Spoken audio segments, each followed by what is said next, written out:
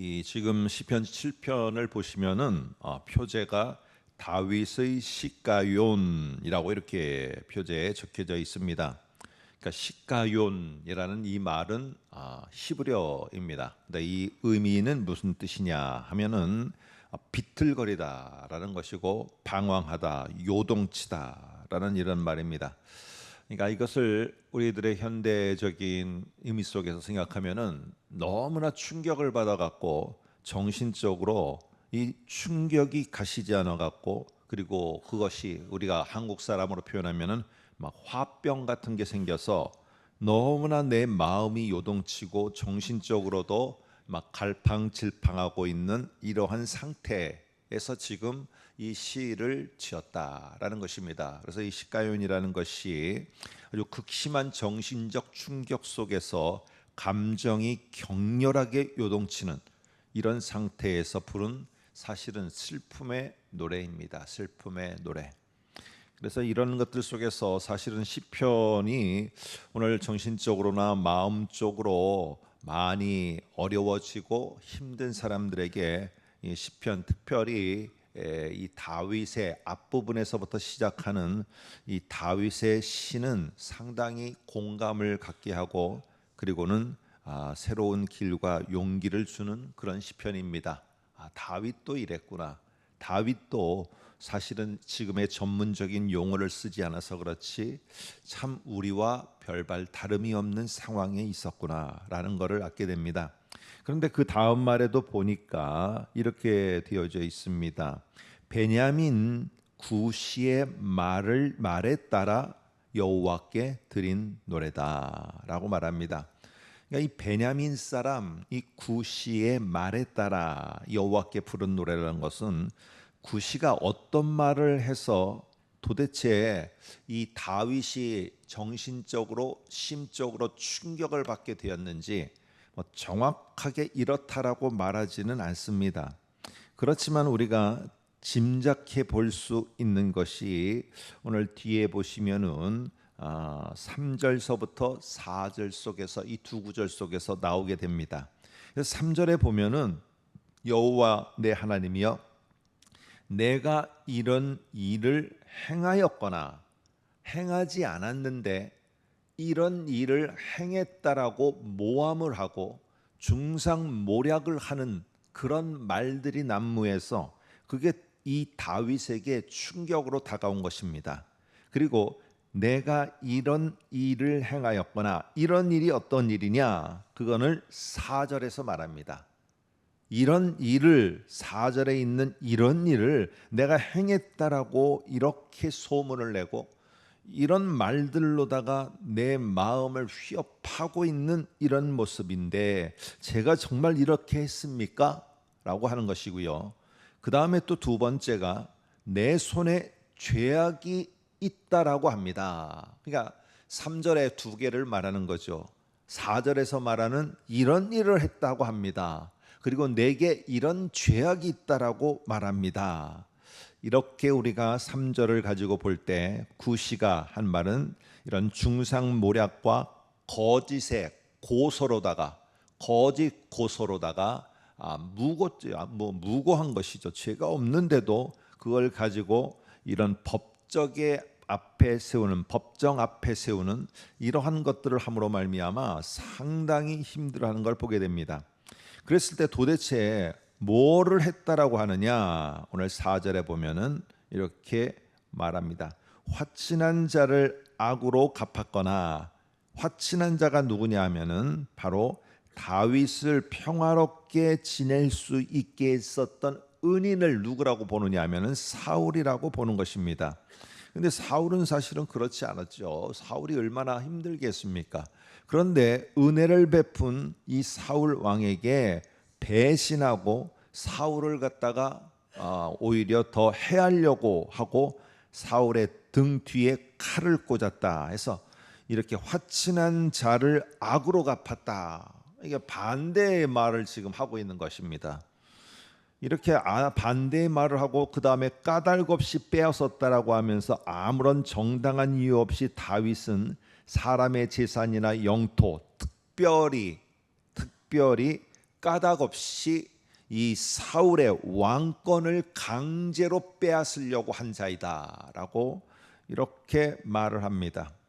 그 다음에 내 손에 죄악이 있거나 라고 오늘 다시 3절에 가면은 내 손에 죄악이 있거나 라고 할 때 다윗이 은밀하게 음모를 꾸미고 범죄를 저질러서 이 왕권을 탈취하려고 하는 자이다 라고 하면서 사실은 이 큰 두 가지의 이야기들을 들어보면은요, 정말로 이 다윗은 오히려 자기가 당했는데 말은 어떻게 하느냐?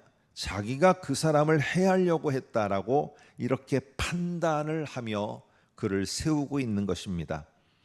오늘 세상에서는 우리를 이렇게 사실은 나의 그 의도와는 상관없이 사실은 장점도 있지 않습니까? 세상의 판단에서 봤을 때는 참 무기력해 보이고 일도 하지 못하고 이런 것들이 보여서 참 저 사람이 뭐 아무런 정말 무기력하고 아무런 의미도 없는 사람처럼 보이지만은 사실은 그 사람에게도 장점이 있지 않습니까? 세상이 볼 때, 세상의 기준으로 볼 때는 그 사람이 의미 없어 보이는 사람처럼 보이지만은 사실은 의미를 찾으려고 하면은 우리 자신에게도 얼마나 좋은 의미들과 좋은 우리들의 모습들이 있습니까? 그런데 우리는 이 세상이 판단하는, 세상이 불러서 말하는 것에 사실은 나의 전부로 봤을 때 극히 일부에 불과한데 그 세상이 나를 갖다가 판결해 주는 것을 나의 전부로 알고 살아갈 때가 많은 것입니다. 사람들이 이렇게 보면은 그래 나는 이 정도의 사람인가? 그래 나는 이렇게 참 무기력하고 이렇게 오히려 세상과 사회 속에 아무런 쓸모없는 사람이구나. 이렇게 세상이 말해주는 것에 휘둘리게 될 때 사실은 이게 정신적으로 마음적으로 상당히 힘들어집니다. 안 그렇겠습니까? 내가 이렇게 무기력한 사람인가? 의미 없는가? 이렇게 하고 답답해하고 정말로 오히려 사람과 세상을 대하는 것이 너무나 두렵고 떨리고 갑갑함이 느껴질 때 오늘 이럴 때 어떻게 갔느냐? 다윗은 어떻게 이것을 극복해 갔느냐? 하나님을 부정하면서 숨막히는 상황에서 하나님을 더 멀리하지 않았습니다.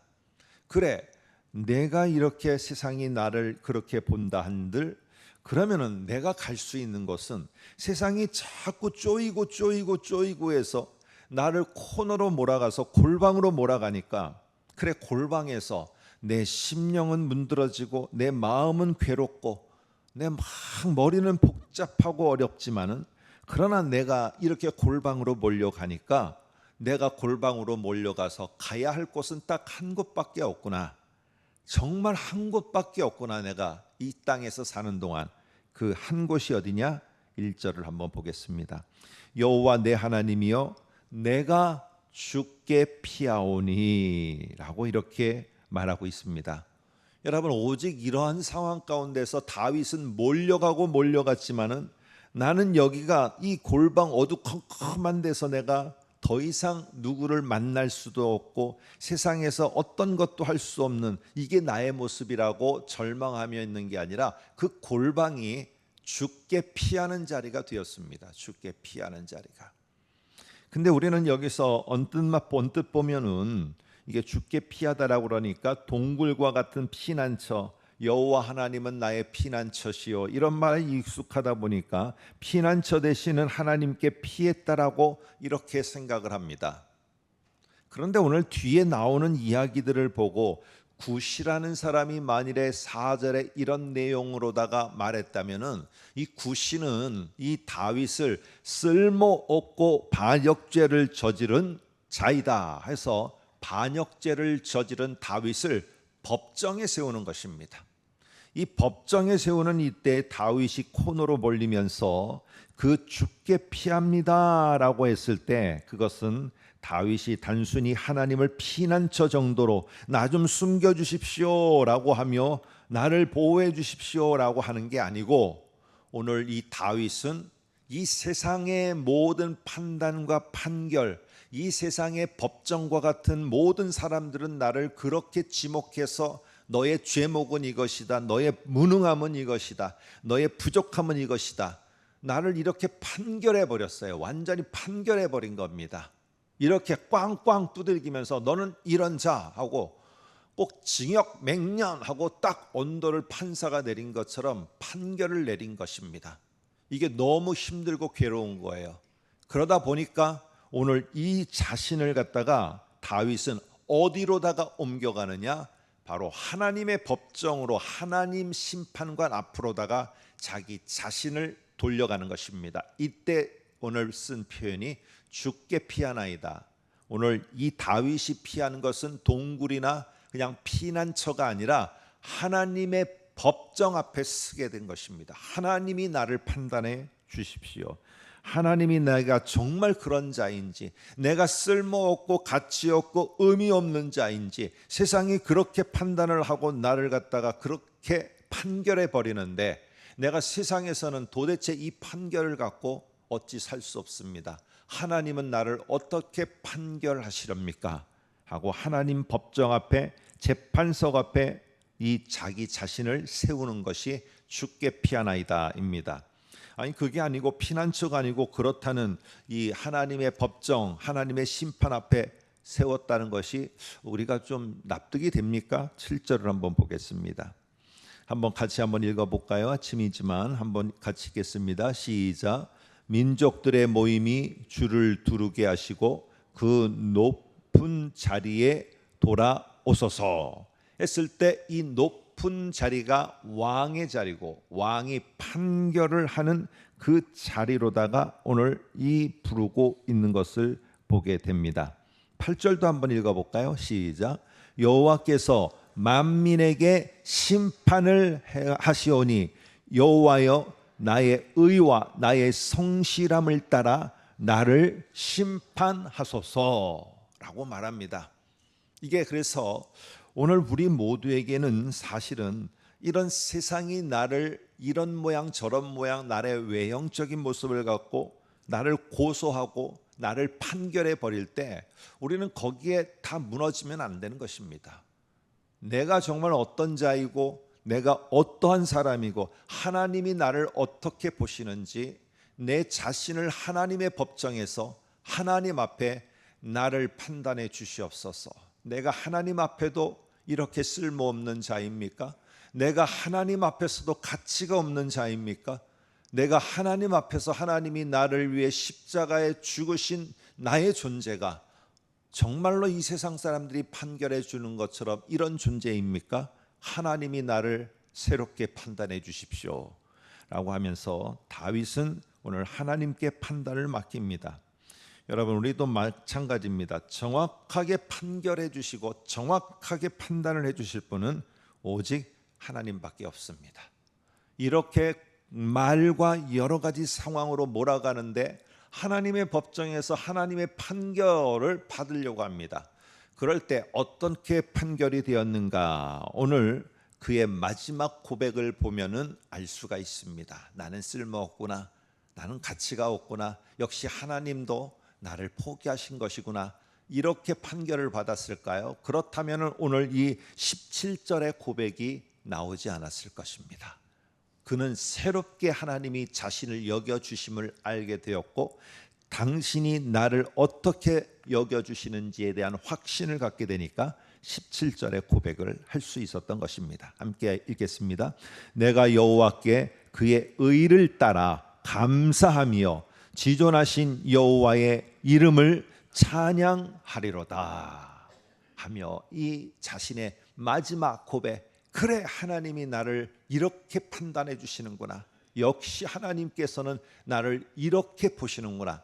이런 사실 속에 하나님을 찬양하고 감사하는 다윗처럼 우리도 세상의 판단과 판결에만 너무 내가 좌지우지되지 마시고 하나님이 나를 어떻게 소중한 존재로 보시는지를 알아서 어렵고 힘든 삶이지만 그 가운데 감사와 찬양이 있기를 주의 이름으로 부탁드립니다. 함께 기도하겠습니다.